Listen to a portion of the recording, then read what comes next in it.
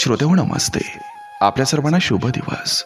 श्रोते हो, जीवनाचा प्रवास करत असताना जर तुम्हाला सन्मान आणि रिस्पेक्ट मिळवायचा असेल तर काही गोष्टी माहिती असणं महत्वाचं आहे. श्रोते हो, कोणालाही 2 वेळाहून जास्त कॉल करू नका. गरजेपेक्षा कोणाशी जास्त मैत्री करू नका. विचारल्याशिवाय कोणालाही सल्ला किंवा ज्ञान देत बसू नका. आयुष्याचा प्रवास करत असताना कमी बोला आणि वैयक्तिक जीवन गुपित ठेवा. तुमचा पुढचा निर्णय हा कोणालाही कळू देऊ नका. पैसा कमावण्यासाठी वेगवेगळ्या मार्गाचा शोध घ्या आणि पैसा मिळवत राहा. कोणाची गरज बनू नका, तर पर्याय बना.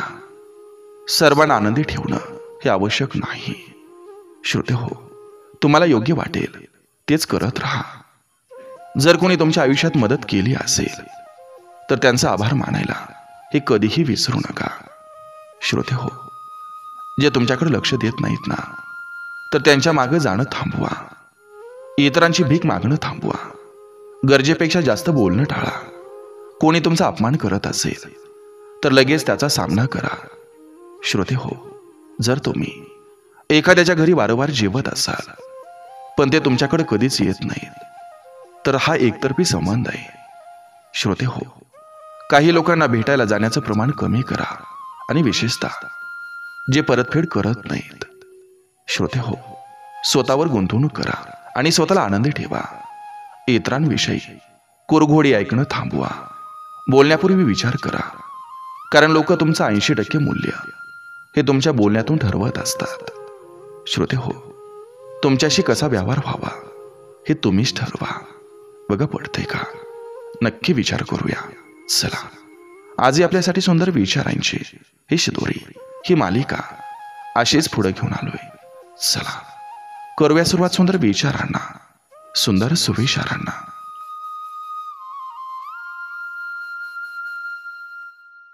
दुसऱ्यांची प्रगती झालेली पाहिजे ताकद ही आपल्या मनात ठेवा. तेव्हाच तुमच्या वाटेला सुख लिहिलेलं असेल. कोण म्हणतं देव दिसत नाही, देवच तर दिसत असतो जेव्हा कोणी दिसत नाही.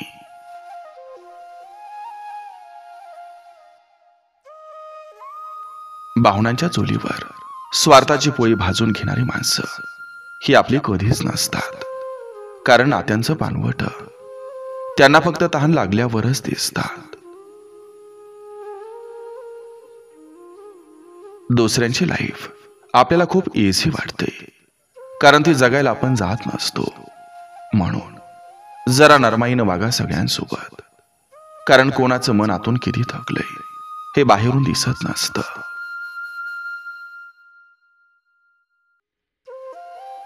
बोलणारा शब्द बोलून जातो, पण ऐकणारा मात्र ते शब्द तोलून घेतो.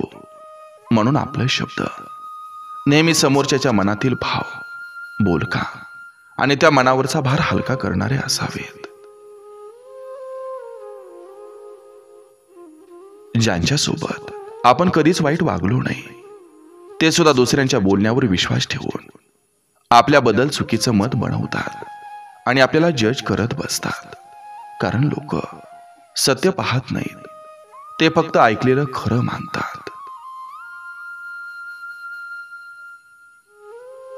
सत्य हे नेहमी शांत असतं, कारण त्याला माहिती असतं की काही गोष्टींची उत्तर ही वेळ आल्यावरच द्यायची असतात.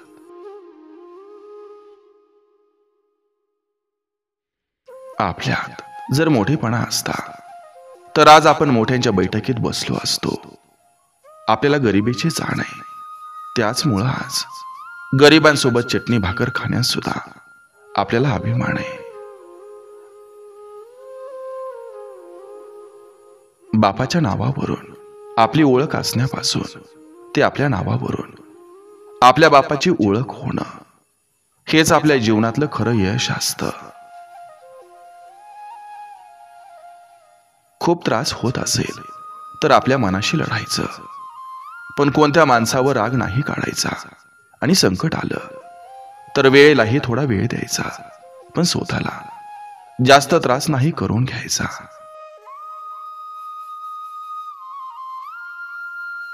मन शिवणारा दोरा मिळेल ही, पण शिवण्याची इच्छाच आता कोणात उरली नाही.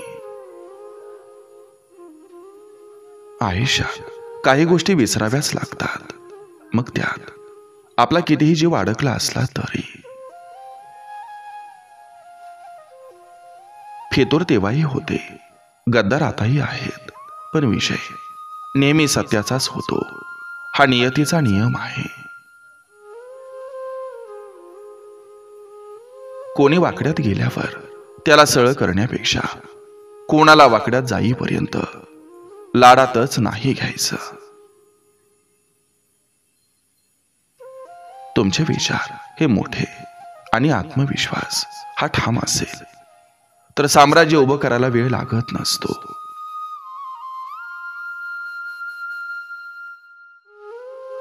बोटांवर मोजण्या इतकं हक्काचे मित्र असले तरी चालतील, पण दिखाव्याचा बाजार नको.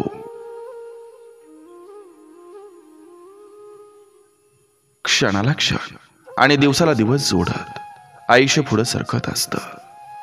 कधीतरी कुठेतरी केव्हा तरी असा क्षण येतो जो अख्खा आयुष्यच बदलून टाकतो.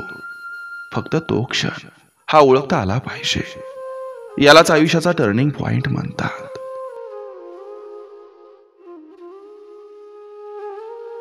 सारखं सारखं चांगलं बोलायचं नसतं, कधी कधी खरंही बोलायचं असतं. घराबाहेर पडलेल्या माणसाला घरी परतावं वाटेल असं घरानं वागावं. कितीही मोठं घर असो, शेवटी एक चौरस जागा पुरेशी असते. कितीही मोठं नाव कमावलं असो, शेवटी तो फोटो फक्त भिंतीवर लावला जातो. म्हणून जगताना घमेंड नको, भान ठेवा आणि माणूस राहा. पाप करून कधी देवाच्या पाया पडू नका, कारण जब कर्म हो काला तो क्या करेगा ऊपर वाला. आई आहे तोवर तुमच्या ताटात अर्धी भाकरी जबरदस्तीने येते. आई नसल्यावर उपाशी झोपला तरी कोणी विचारत नाही.